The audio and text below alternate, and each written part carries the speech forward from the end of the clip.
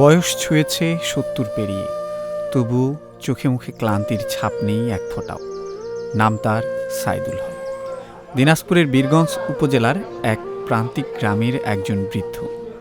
পেশা নেই, পেনশনও নেই, সংসারের চাকা টানছেন এখন কৃষিকাজ করে।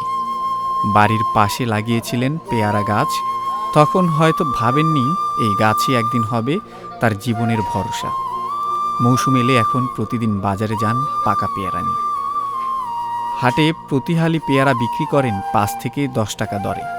লাভ খুব বেশি না হলেও নিজের চেষ্টায় কিছু করতে পারার আত্মতৃপ্তি আছে তার চোখে মুখে। আমার নাম সাইদুর রহমান, পরিবারে আছে ৮ জন।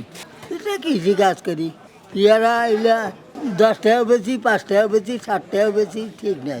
হ্যাঁ, নিজের কাছে হয় না বেশি। ওই কালকে বেচছিলাম বোধহয় ১০-১৫ টাকা, ৭০ টাকা কালকে। আজকে কেবল আসি এই করে। আজকে ছেলে বড়, হ্যাঁ, বিয়া ৩টা হয়েছে। ছেলে ৩টা বিয়া হয়েছে, মেয়ে ৩টা বিয়া হয়েছে। একজন আলাদা, আরগুলো এক আছে।